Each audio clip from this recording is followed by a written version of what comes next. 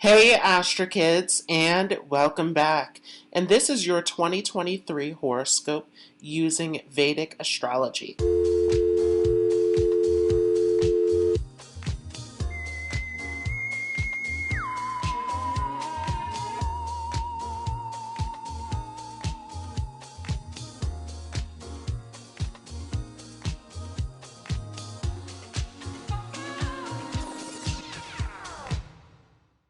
Just a quick disclaimer here that this is going to be according to Vedic astrology, which is using the sidereal zodiac. So if you're not familiar with what your sidereal moon sign or ascendant sign is, make sure to check out my free calculator down below in the description so that you have the correct information. Also, this horoscope will be according to your moon sign or rising sign.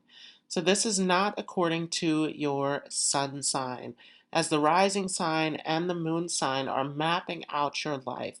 In particular, the rising sign is mapping out the lessons and experiences that you are going through, where the moon is mapping out your life according to how you are perceiving it, how it is happening within your mind, how it is making you feel internally. So these are the most important points to read your chart from. If you want to go deeper to understand how your chart actually plays out for you, actually getting into the planets, how they're aspecting one another, different transits, how they're impacting your life, the dasha periods that you're going through, all of these different factors, make sure to check out my brand new website where you can book an appointment with me. So, stepping into 2023, we will see a lot of major changes happen. But in particular, as we are coming into January, we will see Saturn shifting its position. So we've been in this 2.5 year cycle now of Saturn and Capricorn. But Saturn will be stepping into its Mulitricone sign of Aquarius. And this is a very powerful position. Throughout most of 2022, we're going to see Jupiter in the sign of Aries as well. And as we come towards the end of 2023, we're going to see Rahu shifting into Pisces and Ketu shifting into Virgo. We'll see that on October 30th, so more towards the end of the year. But we're going to have some major changes as Jupiter comes into Aries here in April and as Saturn is coming into Aquarius at the beginning of the year. So this is a huge year that is all about moving ahead, all about making some major changes and decisions, about having the confidence to go for what you want. We are going to see Saturn for the majority of this year in the nakshatra of Shatabisha.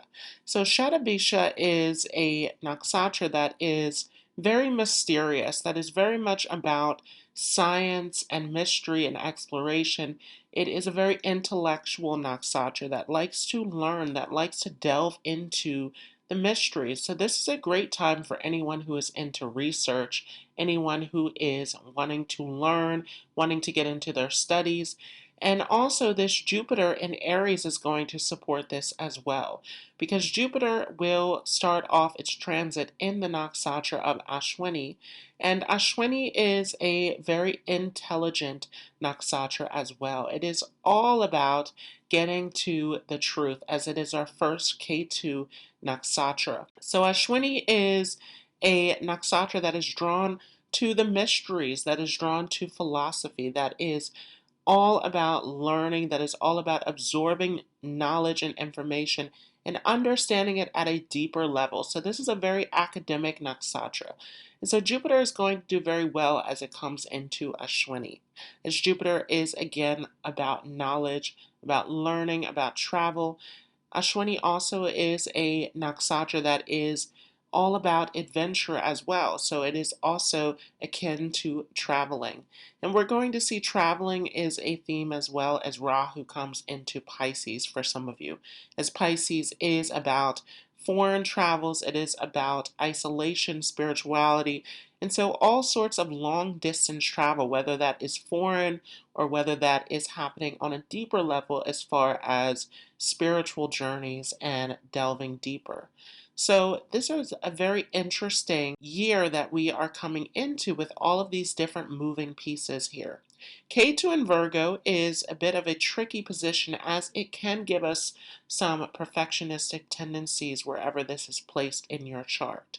K2, remember, is a planet that is all about letting go, that is all about surrender. But K2 also has a side to it that is very stubborn because K2 is very much about our belief systems, about our deeper truth. So it is very adamant about what it believes. Remember that K2, although it is about spirituality, it is a very fiery, smoky kind of energy. So there is an intensity to K2, a very transformative energy that is behind it. And so as K2 comes into Virgo, it is a very critical time. It is about perfection, it is about details. And we can see some difficulties related to health as well. There's a lot around health as we're seeing Jupiter coming into Ashwini, which is health related. We're also going to see Rahu in Ashwini as we come into this next year as well, as we're finishing out this transit of Rahu in Aries. And then, of course, we have Saturn that's going to move into Shatabisha, which is also related to complicated illnesses and miracle healing. And so there is a lot that is centered around health, that is centered around healing, that is centered around natural medicines that can come up during this year as well. There can be a lot of war, and we are going to see Rahu coming into a conjunction with Jupiter as well.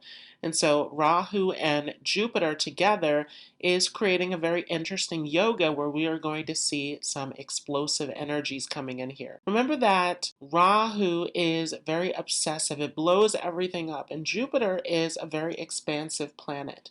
And we have it in this fiery sign of Aries. So this is going to be a very interesting energy that is all about risk taking, that is all about being daring, courageous, bold, going for what you want. But you want to be careful with that Rahu influence in there, as Jupiter and Aries can give us a great deal of luck and success around our achievements, as Aries is all about that willpower, that strength, that determination, that originality, that ability to pioneer and trend set. But Rahu is a planet that is very unstable, that can get us into some difficulties. So as Jupiter and Rahu come together, this is a great time to plan for what you want, but you also want to use some caution coming into this transit as well. So let's go ahead and start off this horoscope for those of you who have Aries rising or Aries moon. And starting off the year can be very difficult for some of you. You can see some issues that you had towards the end of the year as you come in towards the beginning of the year. In particular, issues around health, issues around excessive spending and expenses, issues around sort of being more in the background, not seeing things move in the way that you want them to. These sort of issues can persist on as you step into the beginning of this year of 2023, as we are going to still have this Rahu energy here in your first house, where this is very unstable. This is a great time to make sure that you're continuing to get enough rest, that you're continuing to take care of your health with this energy of Rahu in this first house. Rahu in the first house also is going to continue to give you a lot of willpower and determination to make your dreams come true. So this can still make you very much interested in changing the course of your life, of doing something different, of making some improvements and adjustments towards yourself and your life direction. Very much, again, putting the focus on you and your brand new direction in life. So this is still this focus on changing your whole direction where you're going through a major transformation. But again, this Rahu energy also can give you some weak health, and we saw that towards the end of 2022 coming into the holidays where there has been some sluggish energy there. So you can see that continue into next year. But as Jupiter comes into your first house, you're going to see a shift there where Jupiter in the first house can help you in a lot of ways, bringing some luck, some fortune into your life. This can also be a time where you're more confident, where you're more assertive with that Jupiter energy in there, where you are more optimistic and forward looking. You could also be very interested into learning, into teaching. This can give you a lot of wisdom as Jupiter comes into this first house. So this is a very positive transit with Jupiter coming in here. Again, you want to be careful with Jupiter as it comes into a conjunction with Rahu. But as Jupiter moves on in its transit and we see this movement away from this Rahu energy, this is going to continue to give you some luck, some fortune in your forward movement and progress. Again, Jupiter was back in that 12th house originally in 2022, where there was a lot of expenses, a lot of difficulties there. But Jupiter in your first house is going to help you in a dramatic way. So this is a very positive and beneficial transit. And this is definitely a time of taking the initiative of going for what you want. If you have some dreams last year that you were not able to execute, this is the time to start putting those things into motion with Jupiter coming into this first house. As we see Saturn come out of your 10th house, this also can take some weight and pressure off of you in terms of your career. Saturn in that 10th house could have felt like there was a lot of pressure there in that area of career, a lot of work, a lot of responsibilities accumulating. It could have felt like an uphill battle, a little bit of slow momentum or kind of working more in the background with that energy. But as Saturn comes into your 11th house, this can be a big time of finally putting those things into motion that you wanted to see come to life. So this can be a great time of completion, a great time of finally seeing those results that you've been looking for. Now, Saturn in the 11th house can cause some difficulties around finances. And we saw a little bit of that in the last year when Saturn was briefly in your 11th house of Aquarius, where that can cause some delays around your finances. However, as Saturn shifts forward out of Dhanishta into Shatabisha, this can be a time where you actually can find some success around resources and wealth and finding some connections that can help you at this time. So there can be some opportunities coming into your life.